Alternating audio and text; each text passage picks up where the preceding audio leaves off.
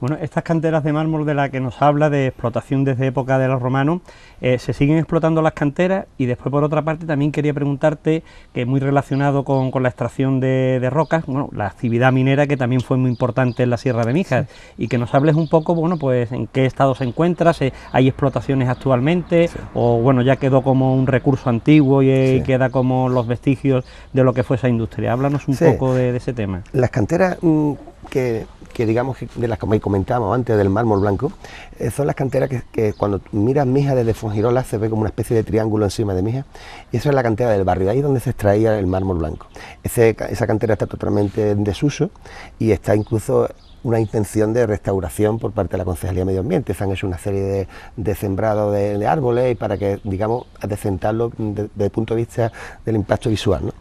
Pero esas canteras ya no se utilizan. Se utilizaron en la Edad Moderna, digamos los años 40 o a comienzos de siglo, y por eso al utilizarse a principios de siglo, lo que son los frentes originales romanos se han perdido. Eso se sabe gracias al estudio a través de lo que se llama la cataluminiscencia, que es lo que hace estudiar el mármol de figuras que se encuentran en sitios determinados o columnas que se encuentran en un sitio determinado, pues lo asocian con el mármol mijeño, porque no hay, digamos, ahora mismo frente de la época romana, pues ha desaparecido. Y lo que me decía, que también antes a la hora de decir los artículos que hemos hecho en la pregunta anterior, pues verdad, se me había olvidado el tema de las minas, ¿no? La zona de Mijas y de Benalmádena y Alhaurín de la Torre son zonas muy ricas en minas, ¿no? Existen minas, sobre todo minas de hierro, en la zona del Pechón, en la zona de la parte norte de la urbanización Buenavista, y también la mina de la Trinidad, que está justo en el límite entre Benalmádena y Torremolinos. La mina de la Trinidad, concretamente, era una mina que se sacaban del orden de las 5 o 6 mil toneladas de mineral de hierro a comienzos de siglo. Estos iban a unas fundiciones que había en Málaga, de la familia Heredia, y en otras que también había en la zona de Marbella, y se extraía el mineral con un funicular, curioso, porque eso no existe, un funicular que iba desde la puerta de la mina de la Trinidad, a la altura de lo que hoy se llama el Higuerón, ¿no? la zona del Higuerón, hasta lo que es la playa de Carvajal, a través de un funicular, que eso se ha perdido. Eso ya con las construcciones y esta efervescencia urbanística que hay en la Costa del Sol, pues prácticamente se ha... Pero yo le he preguntado a gente antigua, a gente mayor, que todavía, y ellos recuerdan perfectamente que existía ese funicular, ¿no? Y luego hay la zona de lo que se llama los Llanos de la Plata, en la vertiente norte, la parte del término municipal de Alhaurín de la Torre, pues ya son minas diferentes, minas de lo que son el cinabrio, lo que es la bauxita, también, sobre todo las minas de zinc y minas de plomo, ¿no? En la zona esta. Sí, esto es el directo. Esto es el directo. Y digamos que son minas que también se extraían de unos procedimientos muy rudimentarios, con pozos muy pequeños, y esas minas todavía están en lo que se llama en Mijas la cañada de las minas, una cañada que va desde la zona de Ozunillas a lo que es el puerto de la Graja, que es lo que se llama, en el libro viene recogida una de las rutas, ¿no? La cañada de las minas. Además, esta cañada es muy famosa también por José Torrijos, ¿no? El general Torrijos, que tuvo un capítulo interesante de su historia, que si queréis otro lo comentamos. Pues Torrijos, digamos, era un general que se sublevó sobre el poder absolutista de Fernando VII, y entonces ahí en la zona de la cala de Mijas, en la playa del Charcón, que se llama, pues él venía desde Gibraltar con 2 barcos hacia Málaga para hacerse con la fuerza de Málaga y rebelarse contra el rey. Y entonces lo estaban esperando allí 2 barcos del rey, y entonces se vio obligado a salir corriendo y meterse en la playa del Charcón, y de allí cogió campo a través y se fue buscando la sierra con ánimo de llegar a Málaga por las montañas. Y pasó precisamente por esta cañada que se llama la Ruta de Torrijos, precisamente por eso. Entonces ellos salieron ahí con 50 y tantos hombres, pernoctaron en el puerto de Agraja y pasaron a la orilla de la Torre, y allí fueron detenidos y al día siguiente los fusilaron en las playas de San Andrés, en Málaga, ¿no? Todo esto también lo menciona en la parte histórica del libro, ¿no?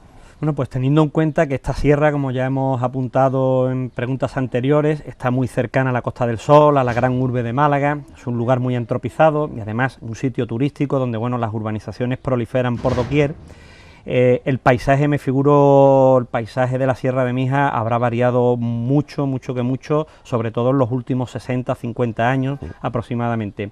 Pero a pesar de esta amenaza, digamos, inmobiliaria, urbanística, ¿cuáles son los otros peligros que acechan a esta Sierra de Mijas? ¿Los incendios? hay nuevas explotaciones de canteras, en fin, ¿en qué momento se encuentra de conservación la Sierra de Mijas? Como decíamos antes, las canteras es conocido por casi todos los malagueños de la zona de Alhaurín de la Torre, porque ha habido muchas polémicas con esas canteras. Esas canteras han estado incluso cerradas por orden gubernamental, ahora parece que otra vez están en activo. La verdad es que ese es uno de los principales problemas que hay, ya no por el tema del impacto visual. Piensa que Alhaurín de la Torre está muy cerca de esas canteras, entonces ese polvo está en suspensión y lo respiran todos sus vecinos, ¿no? Pero desde el punto de vista biológico yo entiendo que el principal problema que tiene la Sierra de Mijas es lo que es el aislamiento que sufre su fauna del resto. Por ejemplo, la cabra montés, ¿no?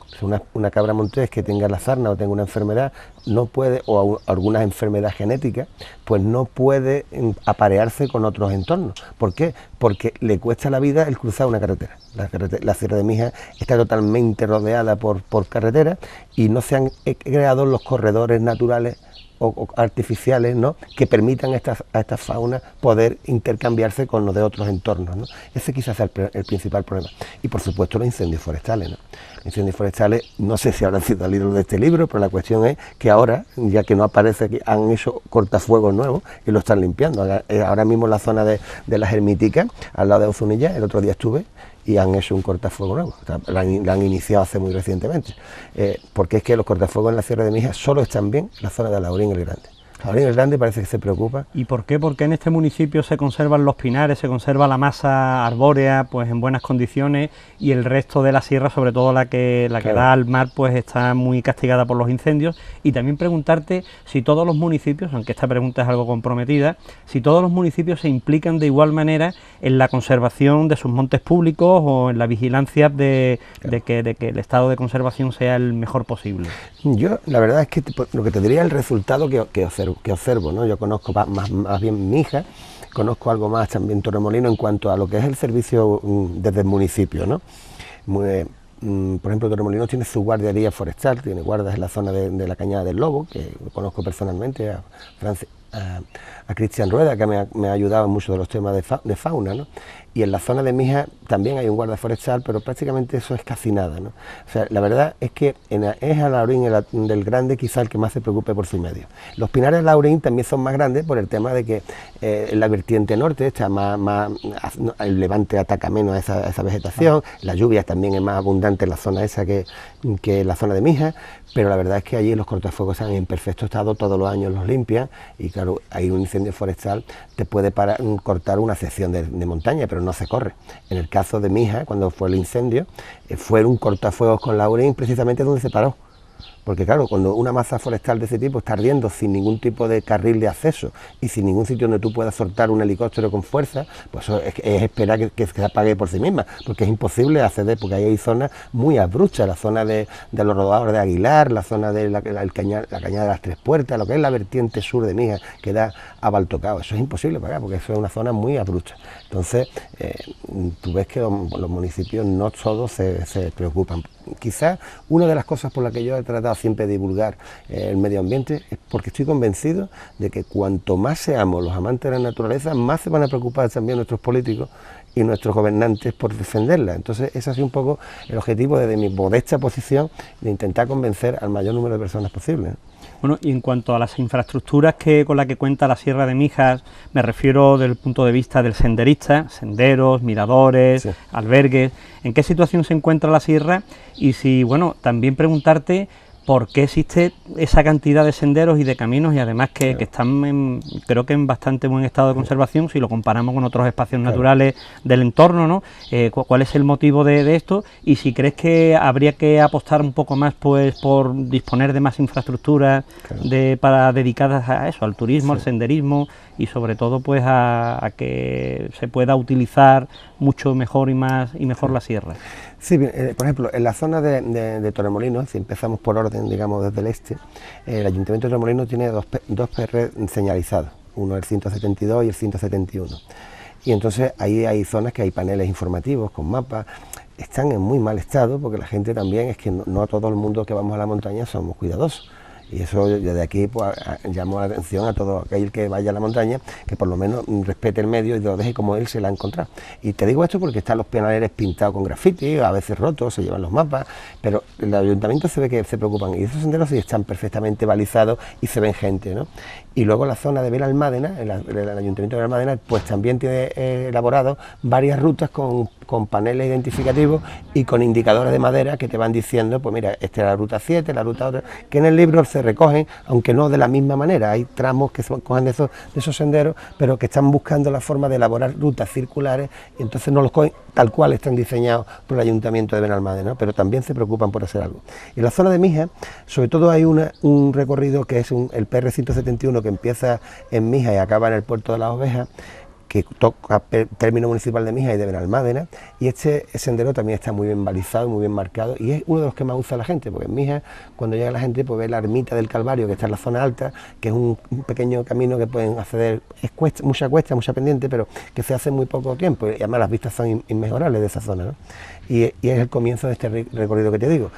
Los demás son caminos ancestrales que se usan muy poco, los usamos los senderistas, y son caminos que se utilizaban para unir los pueblos entre sí en años donde la economía pues, era muy precaria, no había los medios de comunicación que hay hoy, y se utilizaba como vehículo para los mulos, para los burros, para atravesar lo que es la sierra a través de esos senderos. Muchos de ellos se han perdido, yo en el libro he recuperado algunos de ellos para que son más difíciles de andar, porque en muchos lados la vegetación lo ha engullido, ¿no? Pero que creo que son interesantes para enriquecer más. Entonces los ayuntamientos lo que tendrían que, en mi punto de vista, hacer es balizar estos senderos ancestrales para que no se pierdan, ¿no? Eso es. Oye, ¿y cómo te la has compuesto para poder sacar casi todos los recorridos? Creo que excepto uno son todos circulares. Sí. Eso es muy difícil encontrarlo en una guía, y además es una apuesta de calidad porque se empieza y se termina en el mismo punto sin tener que repetir camino. Sí, yo creo que eso es una de las cosas mejor que tiene este libro, ¿no? Siempre que nosotros los que somos senderistas nos gusta el campo, sabes que ir y volver por el mismo sitio es relativamente aburrido, ¿no? Entonces he procurado que todos los recorridos sean circulares. Hay uno que no he podido porque es el tema de una travesía que hay hasta Jarapalos, que es una zona para hacerla con familia, porque es un carril y es una zona muy fácil de ir conversando, compartiendo con los demás. Entonces ese lo he hecho de ida y vuelta, ¿no? Pero la mayor y también les propongo opciones para que no sea todo el camino ida y vuelta, que también tiene la forma de hacer algo más circular, ¿no? Pero el resto sí son todos circulares, buscando la forma de que enriquezca más el libro, porque en realidad un recorrido circular es como si en otra tú describes la ida por un lado y la vuelta por otro, en realidad son como dos rutas la misma, ¿no? Claro. Y en ese sentido yo creo que hemos conseguido un buen grupo de rutas que son circulares. Yo creo que está muy bien eso.